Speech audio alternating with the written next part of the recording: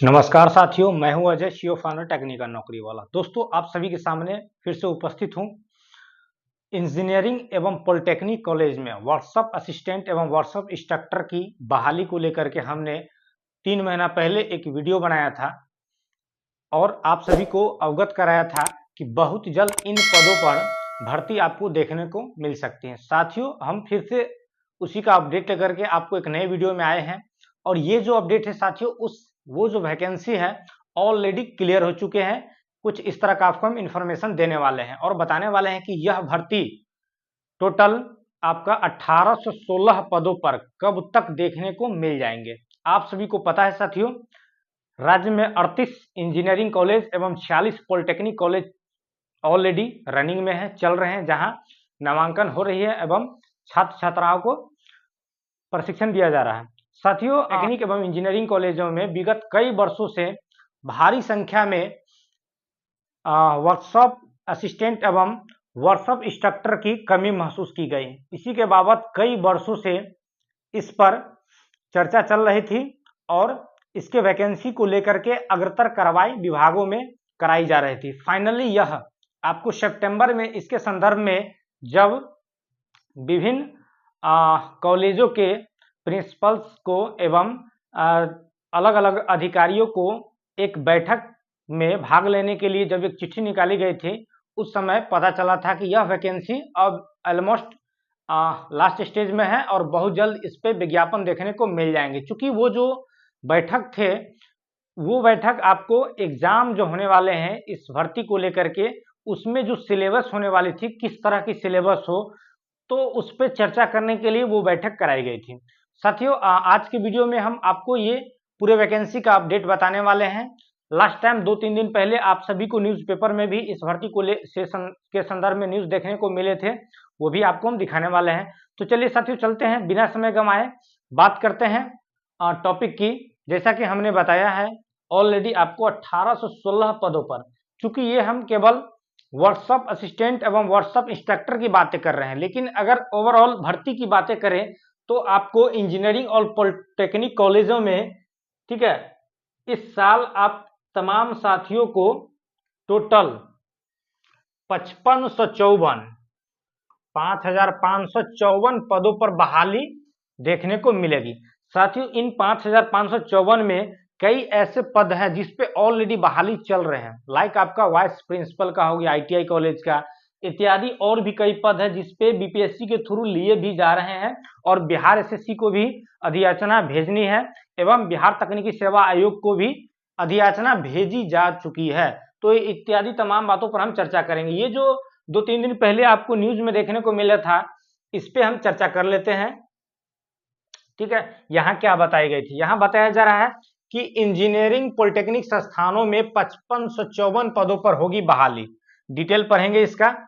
बताया जा रहा है कि राज्य भर के इंजीनियरिंग और पॉलिटेक्निक संस्थान में शिक्षक सहित 5554 रिक्त पद पर जल्द बहाली होनी है।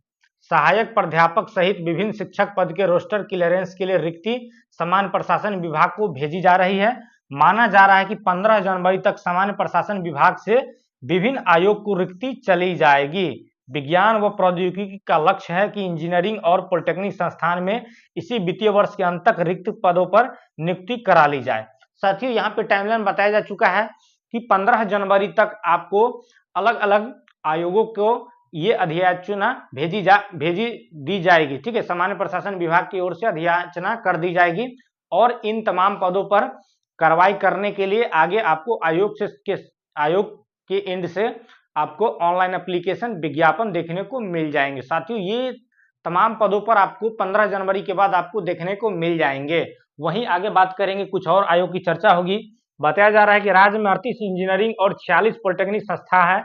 5554 पदों में से अभी तक 2729 पद सामान्य प्रशासन विभाग के माध्यम से विभिन्न आयोग को भेजी जा चुकी है, ठीक है साथियों। 2729 पदों पर ऑलरेडी भेजी जा चुकी है, कार्रवाई इन प्रोसेस है। शेष 2825 पद की रिक्ति रोस्टर क्लियरेंस के बाद आयोग को जाएगी, ठीक है। 2825 और पदों की रिक्ति यहाँ पे विभिन्न आयोग को जाएगी। इंजीनियरिंग कॉलेज में शिक्षक के 1545 पद पर नियुक्ति होनी है। इसमें 26 प्राचार्य के पद है, प्रधानाध्यापक के 241, ठीक है। सह प्रधानाध्यापक के 594, सहायक प्रधानाध्यापक के 684 पद शामिल है। अभी तक प्रधानाध्यापक के 40 और सहायक प्रधानाध्यापक के 40 यानी टोटल 80 पद की रिक्ति बीपीएससी को भेजी जा चुकी है। यह भर्ती ऑलमोस्ट कंप्लीट होने के कगार पे है। ठीक है, इन तमाम पदों पर ये जो 80 पद की चर्चा हो रही है बीपीएससी के थ्रू से, ये लगभग कंप्लीट होने के कगार पर। अभी डीबी है 20 दिसंबर से। आगे बात करेंगे शेष 1465 पद की रिक्ति समान प्रशासन विभाग के माध्यम से बीपीएससी को जल्द जाएगी। पॉलिटेक्निक संस्थान में शिक्षक 1149 पद पर नियुक्ति होनी है। ठीक है, टोटल 1149 शिक्षक पॉलिटेक्निक में होंगे।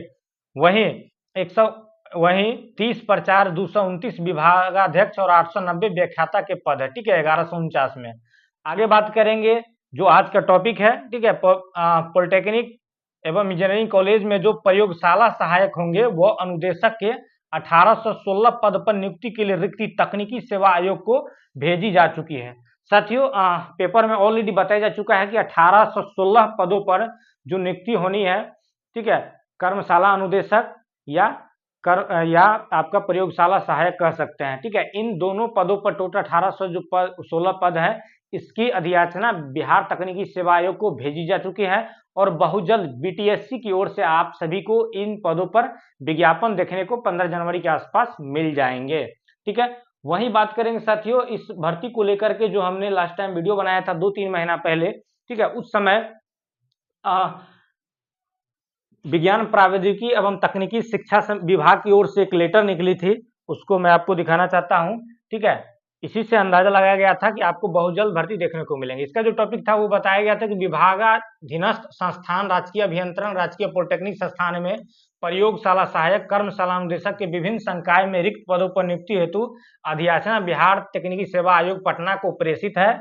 प्रयोगशाला सहायक कर्मशाला अनुदेशक के रिक्त पदों पर नियुक्ति हेतु परीक्षा से संबंधित पाठ्यक्रम निर्धारण यानी कि सिलेबस तैयार करने के लिए विभागीय स्तर पर विभाग के आदेश दिया हुआ है संख्या 5 सितंबर 24 के डेट में और 6 सितंबर 24 के डेट में। ठीक है, बताया गया कि 24 सितंबर को 11 बजे सभी को मीटिंग में वहां पे अवेलेबल होना है और जो सिलेबस पर चर्चाएं होनी थी वो सारी आपका सिलेबस को रेडी कर लिया गया है एवं इसको रेडी करने के बाद ही बीटीएससी को अधियाचना भेज दी गई है।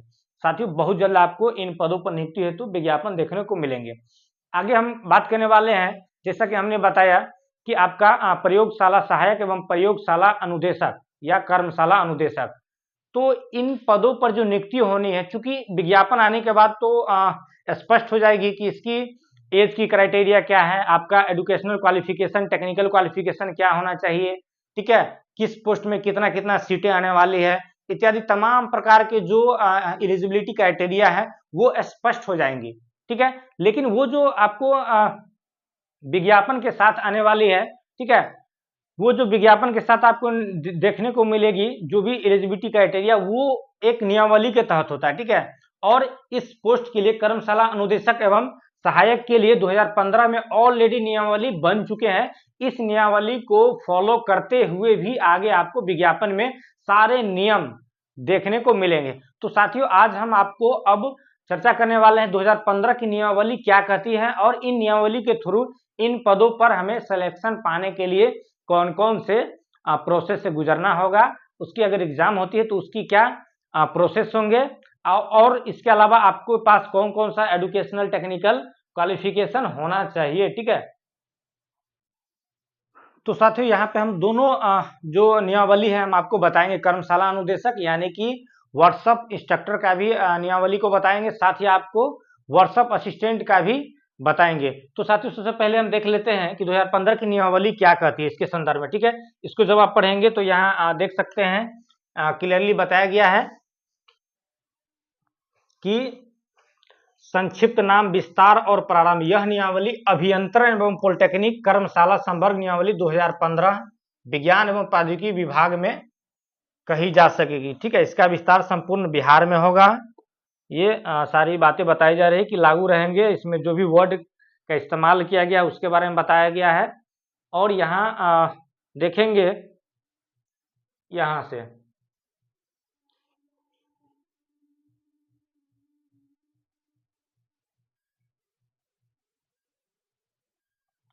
से साथियों हम समझेंगे ये क्या कह रहे हैं। ठीक है, तो यहाँ पे आप देख पाएंगे बताया जा रहा है कि बिहार इंजीनियरिंग एवं पॉलिटेक्निक, ठीक है, वर्कशॉप इंस्ट्रक्टर कर्मशाला सेवा संवर्ग हेतु संवर्गीय संरचना। क्या क्या है संवर्ग संरचना? पहला पॉइंट, संवर्ग के पद एवं शैक्षणिक तथा अन्य अनिवार्य योग्यता निम्न प्रकार। यानी कि आपको पॉलिटेक्निक या इंजीनियरिंग कॉलेज में जो कर्मशाला अनुदेशक के पद पे अप्लाई करने होंगे, उसके लिए क्या क्या शैक्षणिक अर्हता होना चाहिए। तो इसके अंतर्गत साथियों 3 प्रकार के पोस्ट होते हैं। पहला कर्मशाला अनुदेशक, जब आप आगे प्रमोशन करेंगे तो आप बनेंगे वर्गीय कर्मशाला अनुदेशक। इसके बाद तीसरा जो प्रमोशन आपको मिलेगी वहां पे आप कर्म प्रमुख कहलाते हैं। तो ये जो वैकेंसियां साथियों आपको फर्स्ट स्टेज में नियुक्ति दिलवाएगी, यानी कि कर्मशाला अनुदेशक की भर्ती आने वाली है। तो कर्मशाला अनुदेशक के बाद आगे आपको प्रमोशन होगा। कर्मशाला अनुदेशक में भर्ती में अप्लाई करने के लिए आपके पास शैक्षणिक अर्हता क्या होना चाहिए? तो यहाँ साफ बता दिया गया है कि संबंधित ट्रेड में 2 वर्षीय ITI एवं 1 वर्ष का अप्रेंटिस ट्रेनिंग या 1 वर्ष का कार्य अनुभव। यानी कि अगर आपने ITI किया है तो आपका रिलेटेड ट्रेड होना चाहिए, ठीक है। जिस भी ट्रेड का वैकेंसी आएगी उस ट्रेड में आपको रिलेटेड 2 साल का ITI का डिग्री होना चाहिए। ITI के अलावा आपको 1 साल का एक अप्रेंटिस होना चाहिए, ठीक है। या तो आपको 1 साल का अप्रेंटिस होना चाहिए, या अगर आपके पास अप्रेंटिस नहीं है तो 1 वर्ष का कार्य अनुभव होना चाहिए, ठीक है। वर्किंग एक्सपीरियंस होना चाहिए या फिर अप्रेंटिस होना चाहिए। वहीं अगर एक्सपीरियंस की बात करें तो एक्सपीरियंस दोनों तरह का यूज होगा, या तो आपका टीचिंग का होना चाहिए टेक्निकल कॉलेज का, या फिर आपका किसी भी इंडस्ट्री जो सेंट्रल गवर्नमेंट या स्टेट गवर्नमेंट से रजिस्टर्ड है, वो इस इंडस्ट्री में अगर आपने वर्क किया है तो भी आपका मान्य होंगे, ठीक है। वही बताया जाएगा। तो ये ITI की बातें हो गई। दूसरा है आपका संबंधित शाखा में 3 वर्षीय डिप्लोमा, ठीक है। 3 इयर्स का अगर आपके पास डिप्लोमा है रिलेटेड ब्रांच में तो भी आप अप्लाई कर पाएंगे। यानी कि साफ क्लियर हो गया कि इस पोस्ट के लिए ITI और डिप्लोमा यहाँ पे नियमावली कहती है, ठीक है। ITI डिप्लोमा कहती है। अभी तक बीटेक का चर्चा तो है नहीं। अब इसमें बीटेक को मौका मिलेगा या नहीं मिलेगा, क्योंकि नियमावली 2015 में बना हुआ था और 2015 के बाद नियमावली में कई प्रकार के नए नए संशोधन भी हुए हैं। तो फाइनली दोस्तों जब विज्ञापन आ जाएगी 15 जनवरी के आसपास, तो वहां पे आपको क्लियर यहाँ पे हो जाएगा कि बीटेक को मौका मिल रहा है या नहीं मिल रहा है। क्योंकि नियमावली के तहत अगर नियमावली को फॉलो करेंगे तो अभी तक यहाँ पे किसी भी तरह की बात नहीं कही गई है। अनिवार्य योग्यता में भी किसी तरह का CITS या किसी अन्य प्रकार की योग्यता का चर्चा नहीं किया गया है। तो क्लियरली हो गया आपके पास ITI का डिग्री होना चाहिए या फिर डिप्लोमा का। ITI वाले को एक्सपीरियंस भी चाहिए 1 साल का, डिप्लोमा को किसी भी प्रकार के एक्सपीरियंस की आवश्यकता नहीं है। आगे यहाँ चर्चा किया गया है आपका अगला प्रमोशन का, चूंकि इस पोस्ट पे आने वाला है नहीं तो इसकी हम चर्चा नहीं करेंगे। नेक्स्ट स्पष्टीकरण बताया गया है,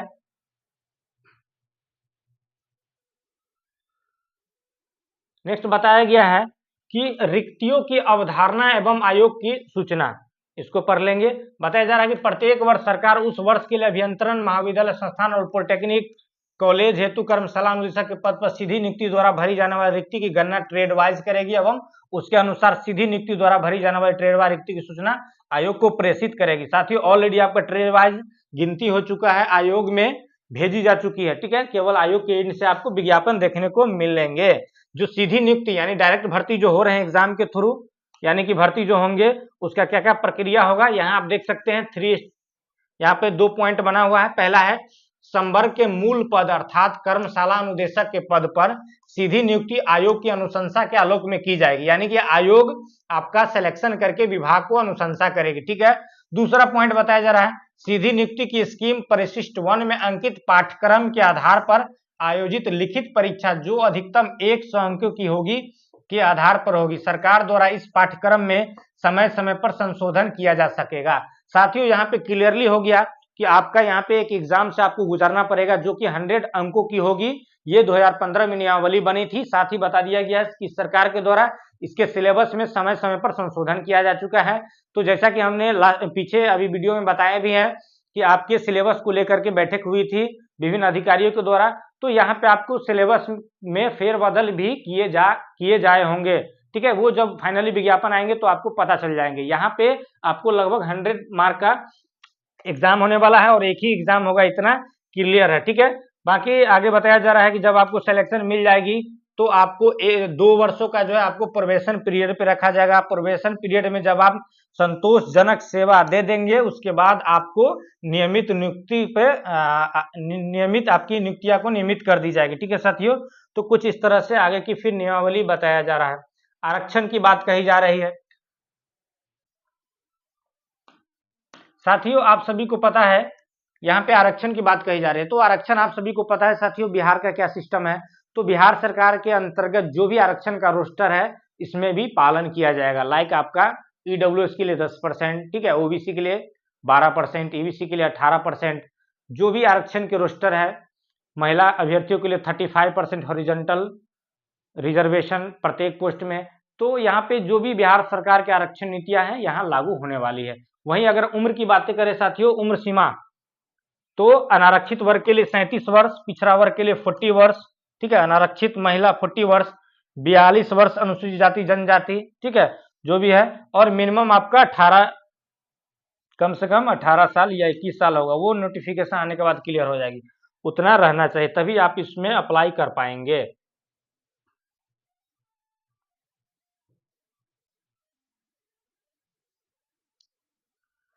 बाकी साथियों बताया जा रहा है कि कठिनाइयों का निराकरण कैसे होगा, यानी कि आगे सिलेक्शन प्रोसेस में अलग अलग तरह के जब चैलेंजेस फेस होंगे तो वहां पे अधिकारियों के द्वारा निर्णय लिए जाएंगे और उसके अनुसार से आपको वहां पे संशोधन कराई जाएगी, ये नियमावली कहती है। नेक्स्ट साथियों हम बात करने वाले हैं प्रयोगशाला तकनीकी यानी कि वर्कशॉप असिस्टेंट की जो नियमावली, ये भी 2014-15 में बनी थी। ये क्या कहती है, इन पदों पर जो सिलेक्शन प्रोसेस होने वाला है किस तरह से होगी। तो साथियों लगभग सेम है, जब आप इसको पढ़ेंगे ये भी सेम चीज है, ठीक है ना।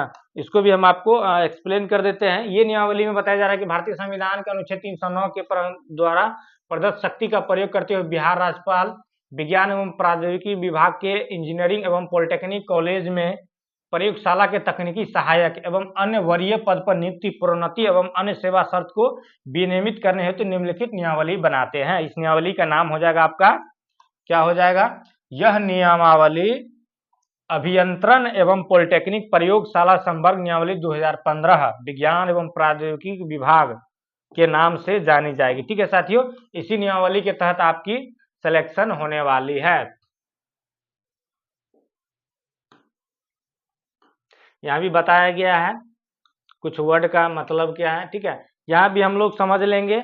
अभियंत्रण एवं प्रयोगशाला सेवा संवर्ग हेतु संवर्गीय संरचना क्या कहती है।